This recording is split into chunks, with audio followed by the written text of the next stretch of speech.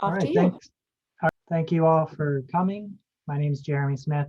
I'm a librarian, well, archivist now at UMass Amherst. I was responsible for some of our open ed initiatives here until recently.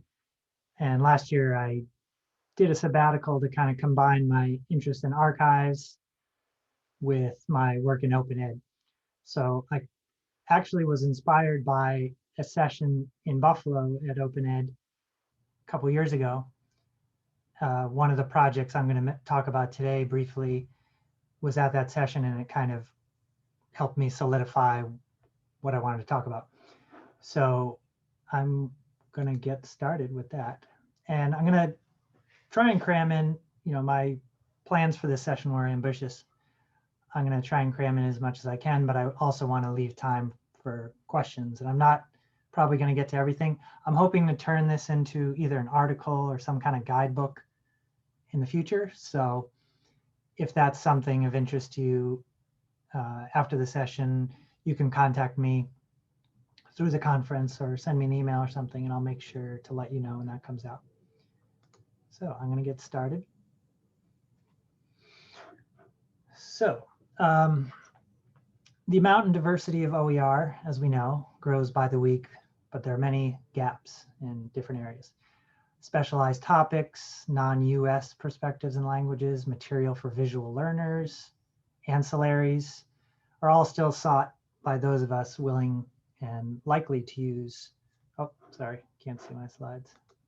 Yeah, that's why. Didn't share my screen.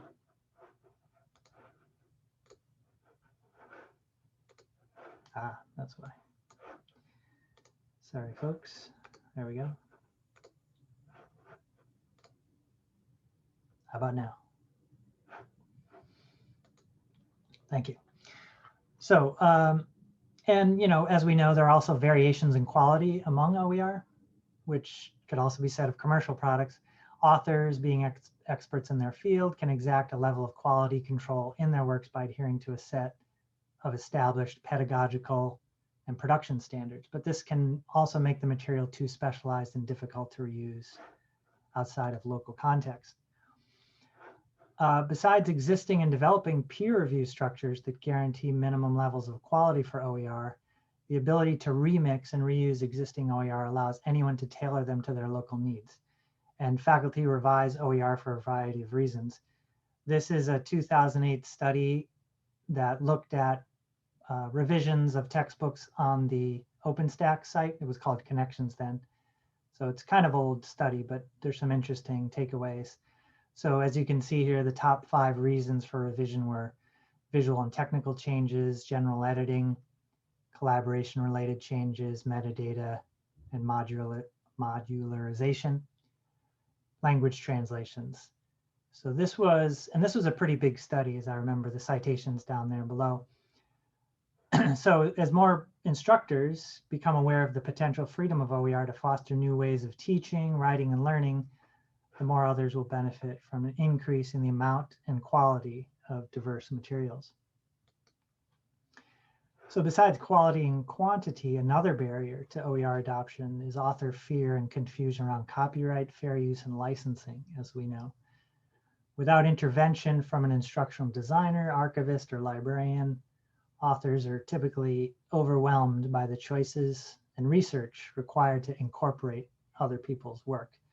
This fear prevents many from incorporating the wealth of images, video, text, and audio that is contained in many of our physical and digital cultural repositories. And if more of these materials were incorporated into OER, it would provide new avenues of engagement for students. It would help meet learning goals and create opportunities to reimagine what a 21st century teaching tool might look like. And I also want to just clarify and distinguish the type of entities and materials I've looked at in my study here. So these are kind of like the 3 buckets that I would put things in. Sometimes they're cloistered in their own communities and not always known to faculty. So here's digital humanities I would put in one bucket. And these are projects that are either individual or institutional grant funded projects on a particular humanities related topic and can be anything from an interactive multimedia digital tool or a collection of resources on a particular topic. And then there's cultural heritage repositories. And so these, most of you I'm sure are familiar with, these are collections, they can be digital or physical, of historical or cultural artifacts collected by these listed groups here. And in the digital realm, there are many individual repositories. So one example is here at UMass Amherst, where I am. The archives has a repository named Credo. And Credo is the repository of our local archive. That then gets aggregated into a state archive called Digital Commonwealth, Massachusetts. And then that gets aggregated into the Digital Public Library of America. So that's a national database. And so we are then aggregated in that database. So that's an example of sort of a larger one. And then I'd say the third category is kind of everything else, which is, you know, I call it user-generated cultural artifacts. So this is material, it's not all necessarily, you know, cultural heritage, quote unquote, but it's produced by individuals on the web. So it's images, videos, text, tools released with a Creative Commons or open license or public domain license of some kind. So think about if you search Flickr and look for Creative Commons images, that might be something I would throw into this bucket.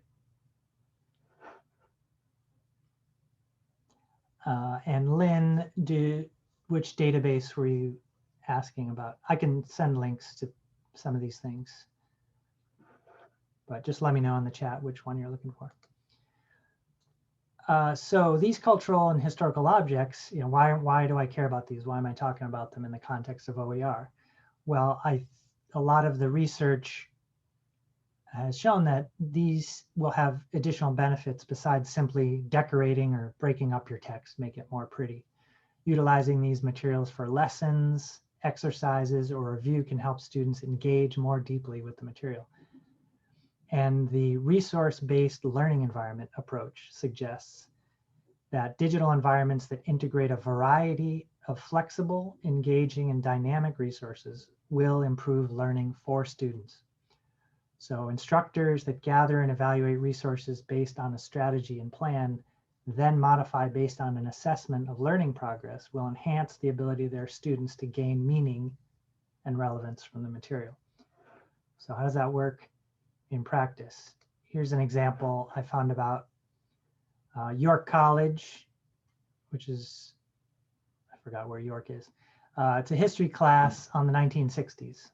So the instructor uses primary source texts from the late 1950s and early 1960s to help students experience and react to history as it happened, not how it's interpreted by historians or popular culture. The professor, whose name is Peter Levy, he argues that primary source materials discourages passive learning and encourages critical thinking and active learning. So the students then have the opportunities to react to and discuss these materials in class. The majority of the students in his class believe that using primary sources in class helped them better understand the classroom lecture, provided better context, and all the students in the feedback recommended the use of primary source materials in future iterations of the class. So I really like this example. Of course, sourcing, finding, and incorporating these materials can be a challenge for a variety of reasons. So I've already mentioned copyright can be confusing, but I've also found that there are these other factors, such as how many of these communities are siloed. And that's those three big circles I showed earlier. That's what I mean. Those are kind of what I see as siloed. Some overlap, but a lot of times aren't necessarily talking to each other. So, you know, I'm thinking about the OER community, all of us here, and all the repositories for OER.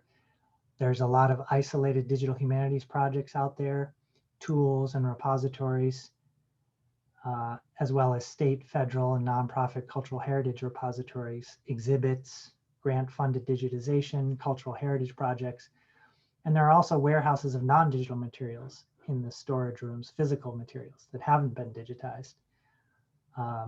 So incorporating these into OER texts, I would say, could make them more engaging, better looking, relevant to diverse audiences, and assist with stated learning objectives. And with all this material around, how do we get more people to use it? What are some of the things that might help? So scholars have looked at this issue over the past 2 decades and found that there are many, many factors that prevent faculty from taking advantage of these materials, some of which I list here.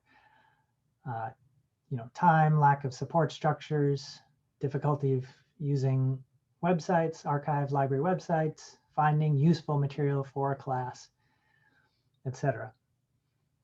And all of these contribute to substantial hurdles of adoption of available digital resources. It's also true that faculty members in the humanities and social sciences have very individualized methods for how they teach their course, as opposed to courses in the sciences, which typically have more standardized methods for instruction. And some studies have also found that many faculty do quite well teaching without technology. And given the barriers to use, would rather just avoid the associated headaches of trying to find things. And I can't really address all these barriers here today. Each one could be its own session. So I'm simply bringing them to your attention.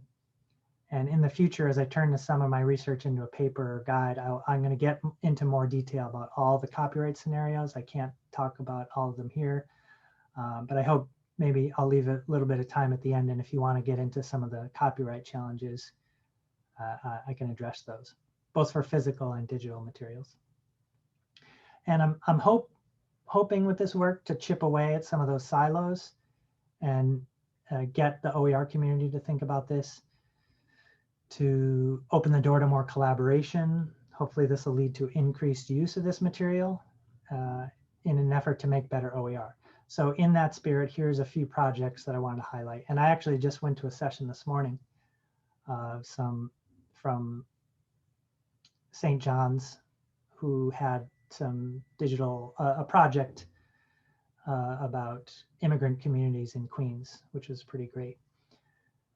So I'm hoping that some of this will lead to greater collaboration in the community.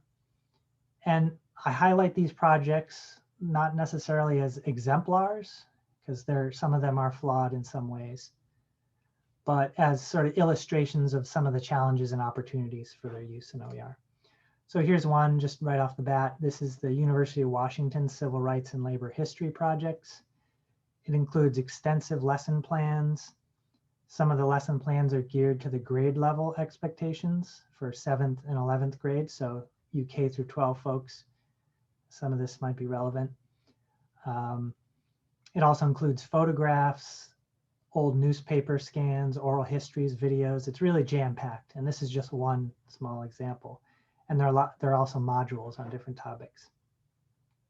And I will be sharing all these slides, so don't worry about writing down the links. But interestingly, if you look at the copyright statement for this website, it's basically a Creative Commons license, but they chose not to use one for some reason. So you look at the highlighted parts there. Teachers and students are granted permission to print materials from these sites for classroom use, provided that we're properly credited. So that's essentially a Creative Commons license. But if you did a search for Creative Commons material, this wouldn't necessarily pop up. So this is just something I found interesting about this particular resource. And this is SourceLab. So SourceLab, this is actually the folks who presented at OpenEd a couple years ago. And it wasn't that well populated a session, so I don't know how many people know about it. But it calls itself a Digital Humanities Research Collective, which is an interesting title, I thought. And it was established by Dr. John Randolph in the Department of History at University of Illinois, Urbana-Champaign. And they engage undergraduate students to create OER by researching, writing, and publishing open access digital editions of primary source materials for classroom use. So students work together as part of a 200-level history course called Publishing the Past. And they develop OER using digitized materials submitted for consideration by other history faculty. The students give the material the proper context and metadata by conducting research on that particular resource, and they work together as a class to create a digestible digital object that can be used by other faculty or anyone in the world. So the material is then vetted by an editorial board and gets peer reviewed. And it's then after the course is over. So they've produced 5 publications. You can see them there on the right since 2016. And these are then collected into what they call editions. So it's like a kind of a journal. And so the journal has these 5 publications in them. So there as of this moment, there's 1 complete edition. And this calls for proposals or regular issues that ask local faculty to identify digitized materials they would like to use in the classroom. The editorial board then reviews the proposals and enlists students in that publishing the past course to work on it. And then following completion, students decide if they want to publish their edition by taking it through the editorial and peer review process. Because these materials are requested by local faculty, it pretty much guarantees that they'll get used locally. However, Source Lab has not yet collected data on use of the editions outside of the community. So I believe this is due to the fact that although the project considers itself an OER project, they presented at this conference, like I said, a couple years ago, and consider it that, it really has yet to make inroads into the larger OER community, as far as I know, besides that one session and me right now. So, but the project engages in OER practices. There's a lot of language around OER, and it calls itself a Digital Humanities Research Collective. So it's it kind of walks the line between OER and digital humanities, but it is kind of interesting. And maybe it's because they're very specialized materials that they have a limited audience by design. It's hard to say. Another resource I wanted to talk about briefly is History Harvest. So this is a cool project that I found about from the Source Lab folks, actually. And they're trying to think through what a history department in the 21st century looks like. So the basic concept is that many historical artifacts are in the possession of everyday people, as opposed to official archives and libraries. So with advanced undergrads and the coordination of faculty, the project holds what they call harvests in different communities, usually once or twice a year. So each harvest focuses on a different time period, place, or community. An oral history is recorded with the people who bring in the artifacts, and material is digitized and put on an Omeka site. There's a screenshot there on the right of the site. They've been doing it for about 10 years, and students really get into it. And they like contributing material that's going to be available for the world. And it also expands the archival base of available material. And it's an alternative approach to historical learning. And I like this quote here, that it challenges the supremacy of traditional elite sources. So they see this really as kind of a way of building history from the ground up. And it definitely has potential and has some amazing, unique material, but there are some inconsistencies in the metadata and quality of the digital surrogates, as well as the organization of the site.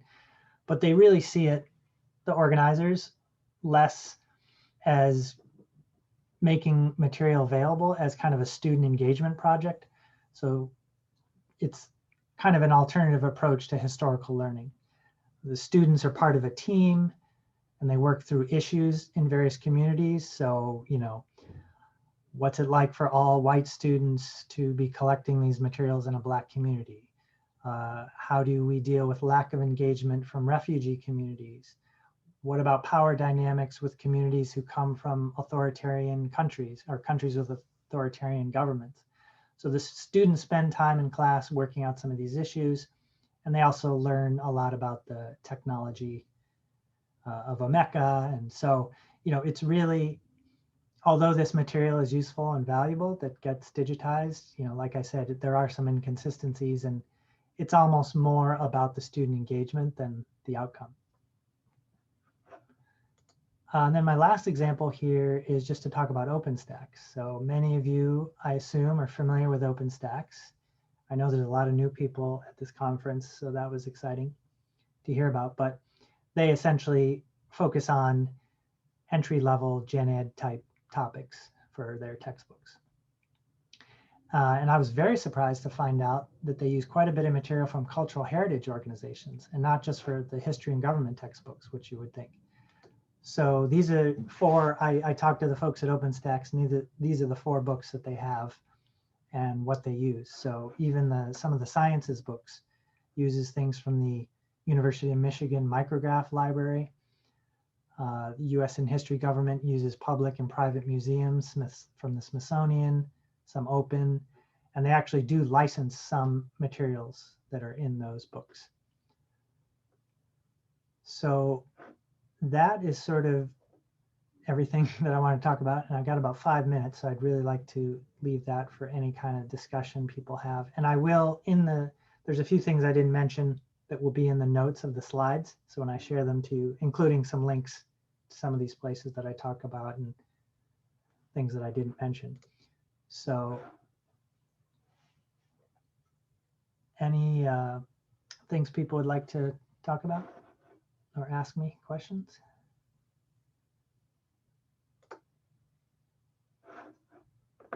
Just gonna look at the chat here.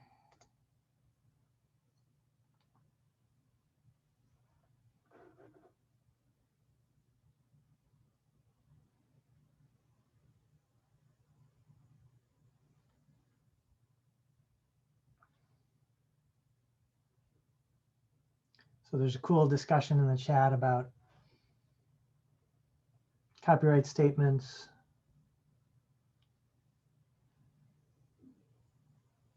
So in terms of who participated in the editorial board for Source Lab, it's a combination of faculty and students. Some of the more advanced students who took the class will participate in the editorial review. And actually one of the students is the person who presented at Open Ed a couple years ago. And yeah, Ryer, the copyright challenges and confusion, that's, like I said, I didn't have time to get into that, but I really hope to, in whatever I publish, to go into great detail about all, orphan works, public domain, licensing, fair use, each of those, as you probably know, is its own topic. So I really want to get into that in my further research on this.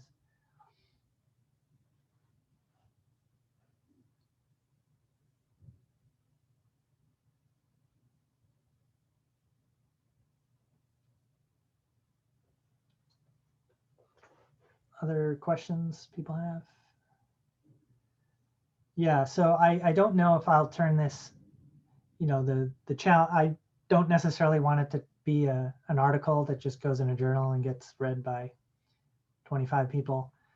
I'd probably like, maybe I'll do like a more scholarly, quote unquote, version, and then just put something out that's more widely available as like a best practices. Speaking of best practices, there is, I'm sure many of you know, a best practices in OER creation, imminent, going to be produced soon. Maybe it's even been talked about at the conference.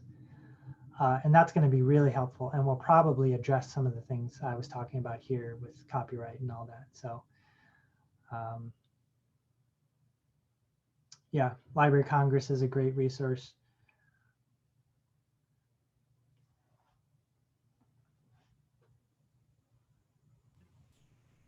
Are there any last questions? Because what I can do is I can stop the recording now to be on time, but you're welcome to stay for another 5-10 minutes if you want to have a little chat.